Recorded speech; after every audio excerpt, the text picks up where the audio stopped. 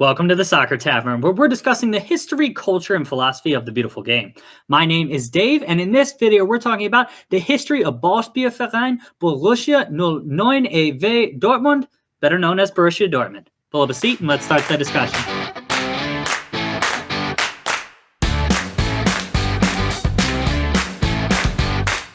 Borussia Dortmund is located in the central, slightly southern part of the city of Dortmund. Dortmund is located in the western part of Germany. The club currently play in the Bundesliga, and its home ground is called the Signal Iduna Park. It was previously known as Westfalenstadion. The stadium opened in 1974 and currently has a capacity of more than 81,000 people. On December 19, 1909, more than 40 people met at the Zum Wildschutz restaurant with the intention of forming a soccer club. These people were youth members of the Catholic Holy Trinity Church and felt that they had been persecuted by other members of the church for being soccer players. The leader of the church, Father Hubert de Wald, showed up at the meeting and was able to convince more than 20 members not to leave. But 18 members founded Ballspielverein Borussia 09 on that night. Ballspielverein means ball game club. It was a designation that the club would mainly play sports involving a ball, mainly soccer, rather than gymnastics, which was a staple of many other German clubs at that time. Borussia was a reference to the local Borussia brewery. The founders of the brewery took their name for the Latin name for Prussia, which was more or less the region in Europe that became Germany. And 09 are the numbers 09 in German to refer to the club's founding year. Eventually, the club would add Dortmund to the end of its official name in reference to the city that the club plays in. The club originally played in blue and white striped kits with a red sash on top and black shorts. In the summer of 1912, 3 other local clubs dissolved and merged into Borussia Dortmund. One of the clubs, named Britannia, had lemon yellow tops, and it was decided that color would be worn going forward. The club has maintained its black and yellow color scheme ever since 1912. The club has 2 main nicknames, BVB and Die Schwarz-Gelben. You might also sometimes see the nickname of the Borussian, but that isn't quite as common. The BVB nickname are the letters BVB pronounced in German. It comes from the first part of the club's official name, Ballspielverein Borussia. Ballspielverein is a compound word of Ballspiel, meaning ball game, and Verein, meaning club, which we've already discussed. That's where the B and the V come from, and you guessed it, the second B comes from the word Borussia, which we've already mentioned is Latin for Prussia. The BVB nickname is an acronym of the club's name. The other main nickname of the Schwarz-Gelben doesn't require much of an explanation. It simply refers to the club's colors, black, schwarz, and yellow, gelb. The en at the end of the word simply makes it plural, so the black and yellows. And the nickname of the Borussian just means the Prussians and comes from the first word of the club's official name. BVB has a very straightforward crest. This logo has more or less been the club's crest since the 1940s, with the exception of a few years in the 1970s that included a Samson lion's head. Samson was a tobacco company and sponsor of Dortmund for a few years, so this change was made to appeal to a corporate sponsor. It was short-lived, and the crest returned to a version of the iconic crest we all know by 1978. The crest is simply the club's acronym of BVB, with the numbers 09 in the club's colors of black and gold. All those things should be pretty self-explanatory based on what we've already covered in this video. I'd like to highlight a couple important events in the club's history in this section. The first event I want to discuss happened on June 24th, 1956. Dortmund played Karlsruhe SC in the final of the German National Championships in Berlin. The National Championship was the highest title in Germany at that time because this was before the Bundesliga existed. Dortmund came out 4-2 victors on the day for the club's first major title. Now, the story doesn't end there, as the following day, the team rode a train back to Dortmund with their wives. There was some weird politicking going on between the players and the board at the club during the 1950s, and the board wanted to present the players to their fans without the players' wives. So, the board planned to separate the wives and players by having the players on a car towards the front of the train, while the wives would be on a car further back. They then planned to unhook the wives' car and arrive with just the players. I swear to God, I'm not making this up, as this comes from the official Dortmund website. The players got wind of this and decided to intermingle amongst the wives so the board couldn't execute their plan. It's quite an interesting story from the club's past. The next event I want to highlight here happened on May 6th, 1966. On this date, Dortmund played Liverpool in the final of the UEFA Cup Winners' Cup in Glasgow, Scotland. Dortmund were the underdogs in the match, but won 2-1 with a wonderfully chipped goal by Reinhard Labuda in the 106th minute. Dortmund became the first German club team to win a European title with this victory. The club went through some rough periods in the 1970s and 1980s, so let's flash forward to the mid-1990s. On June 17, 1995, Dortmund won 2-0 over Hamburger SV to clinch its first ever Bundesliga title, which they then defended the following season. An even more historic event happened the following year. On May 28, 1997, BVB played Juventus in the final of the UEFA Champions League. Just like in its first European title against Liverpool, Dortmund were the underdogs but pulled off a surprise 3-1 victory. It is one of the most glorious days in the club's history. Now, before we move on, I do want to highlight that the club was in a dire financial position in 2003. Bitter rivals FC Bayern Munich loaned the club €2 million to pay player salaries. Dortmund paid the loan back in less than a year, but without this assistance, who knows where the club might be today. Within Dortmund's magnificent stadium is the Südtribüne or South Bank. This is Europe's largest single-tier standing terrace and also has another nickname, the Yellow Wall. More than 24,000 people are packed into the Yellow Wall on match days, and it creates an absolutely stunning visual as well as auditory experience. Dortmund also has the highest average attendance per match of any Bundesliga club and is regularly among the top 5 in average attendance per match of any club in the entire world. A club with a storied history like Dortmund has had many amazing players. I'm only going to highlight 6 of them here, but if you have others that you'd like to mention, please let us know in the comment section below the video. Alfred Aki Schmidt played at the club in the 1950s and 1960s.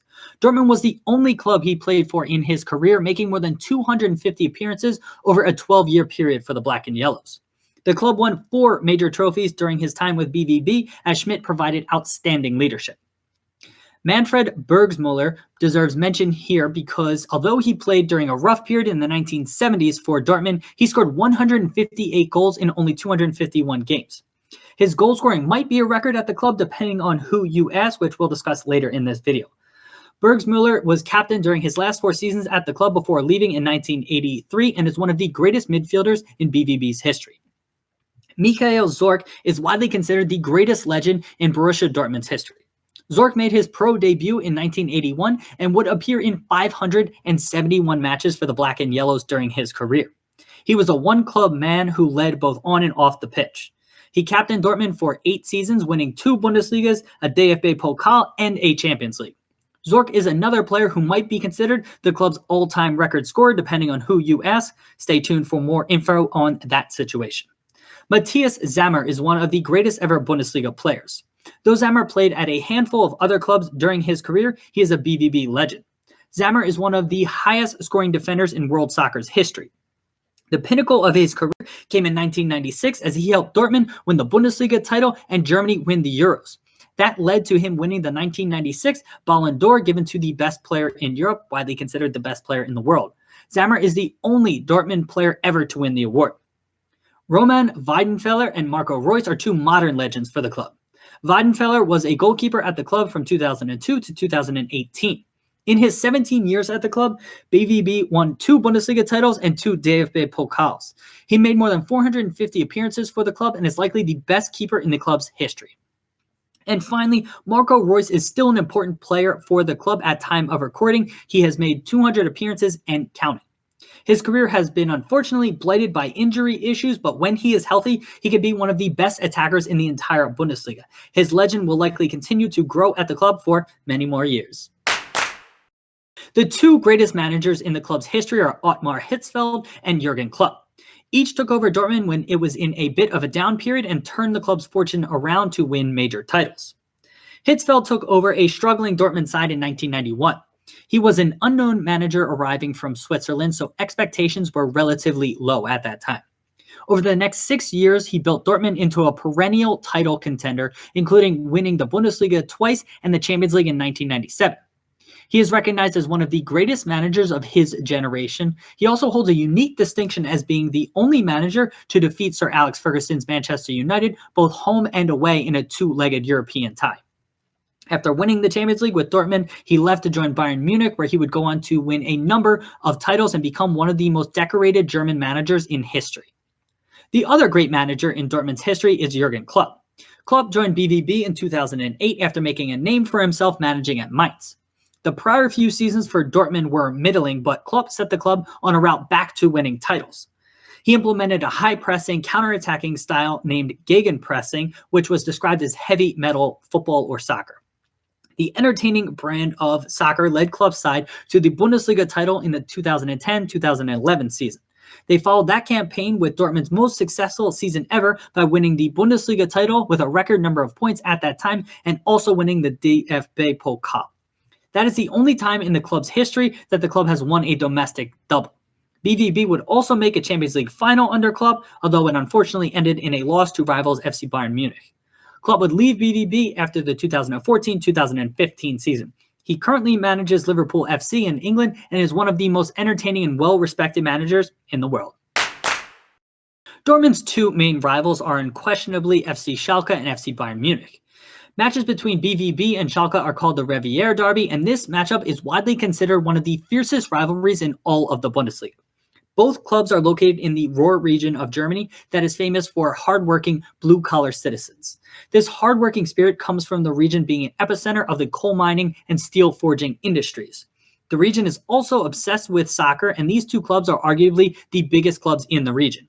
They're separated by less than 25 miles and have met more than 150 times since first playing in 1925. Additionally, a match in Dortmund in 1969 saw overcrowded fans rush the pitch after Schalke took an early lead. Police tried to control the fans with German shepherds who unfortunately bit two Schalke players in the chaos. That certainly led to increased tensions between the clubs, and the rivalry has only grown from there. Dortmund also helped extinguish Schalke's title hopes in 2007, which helped to continue to amplify this already fully fledged rivalry.